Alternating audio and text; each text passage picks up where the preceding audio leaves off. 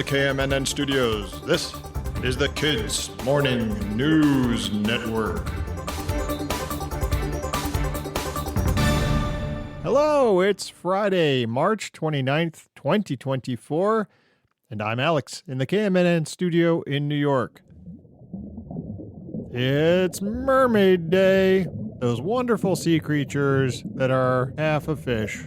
If you have any friends who are mermaids, take them out for a nice can of sardines or a piece of mackerel. They love that kind of thing.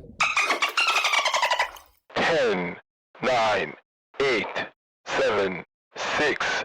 Today in Florida, the very last Delta IV Heavy rocket is scheduled to lift off. The Delta IV Heavy is huge. You can almost tell just by that name. It's as tall as a 23-story building. It weighs more than 1.5 million pounds. And it's been launching satellites into space for 20 years, since 2004. And now, it's scheduled for its last trip into the sky. It was supposed to launch yesterday, but bad weather got in the way. The Delta IV Heavy is probably best known not for its size, but for its appearance. Right at the moment of liftoff, the rocket bursts into flame, or at least it looks like it. Its 3 massive engines burn liquid hydrogen. Right before launch, before the liquid hydrogen is ignited, it starts flowing out of the engines. But hydrogen can only stay liquid at extremely cold temperatures. We're talking hundreds of degrees below zero. So when the liquid comes out, it boils. The hydrogen turns into a gas. The gas is lighter than air, and it rises up in a cloud around the rocket sitting on the launch pad. Then they light the engines, and the whole thing, just for a moment, bursts into flames. It's pretty amazing to see. And today, if everything goes as scheduled, it'll happen for the last time. Thanks for the fiery memories, Delta IV Heavy. On this day 50 years ago, an entire army, thousands of individual soldiers, was found ready for battle, buried underground. It happened in China in 1974. Farmers were digging a well when they found a terracotta head. Terracotta is a kind of clay. That head would be the first of many. Literally, thousands of statues of soldiers 2,000 years old. These aren't just any statues, though. There are about 8,000 life-size warriors, each one uniquely made from terracotta. Some kneel with drawn bows, others stand tall with swords. They are arranged by height, with higher-ranking soldiers being taller. And along with the soldiers are 130 chariots pulled by 520 horses, and another 150 horses for cavalry, or soldiers on horseback. Did I mention they are all life-sized? And the detail on these warriors is amazing. They have different hairstyles, different expressions, even armor designs depending on their rank. It's like a snapshot of a real army from 2,000 years ago.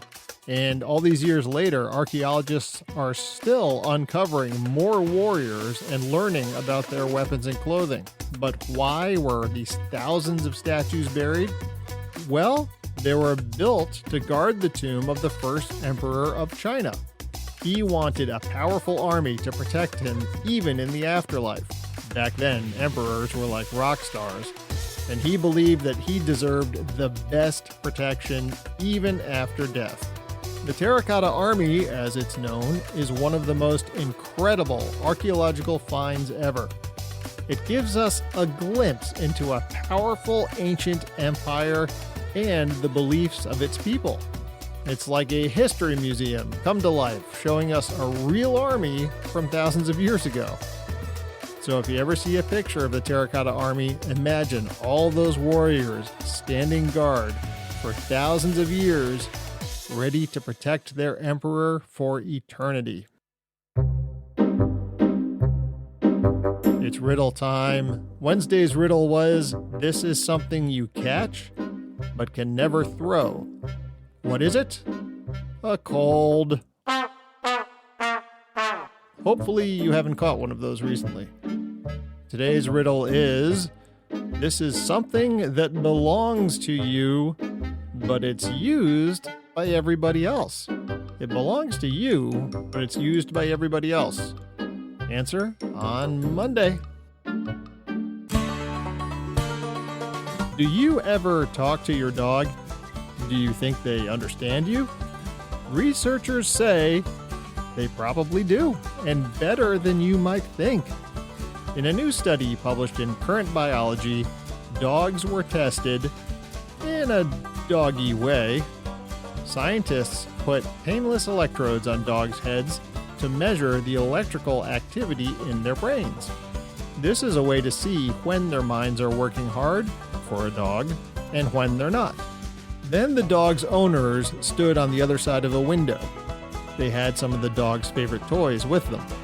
The owners would call out to the dog and name a toy, like, "Fido, look, a ball." Then they'd hold up a toy.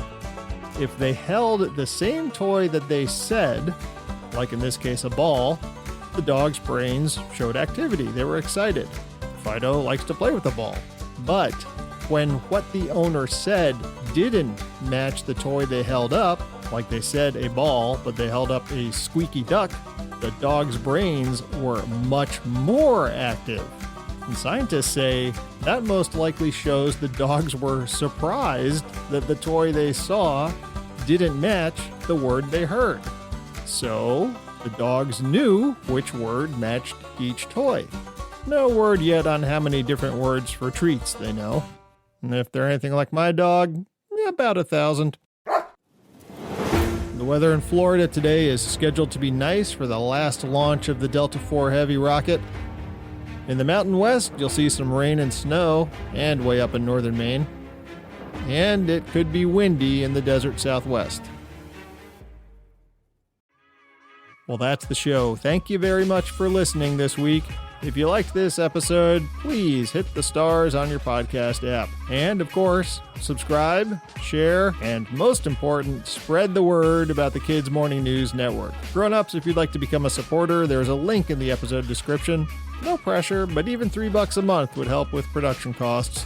I'll be back Monday. I hope you are too. From the KMNN Newsroom, this is Alex, signing off.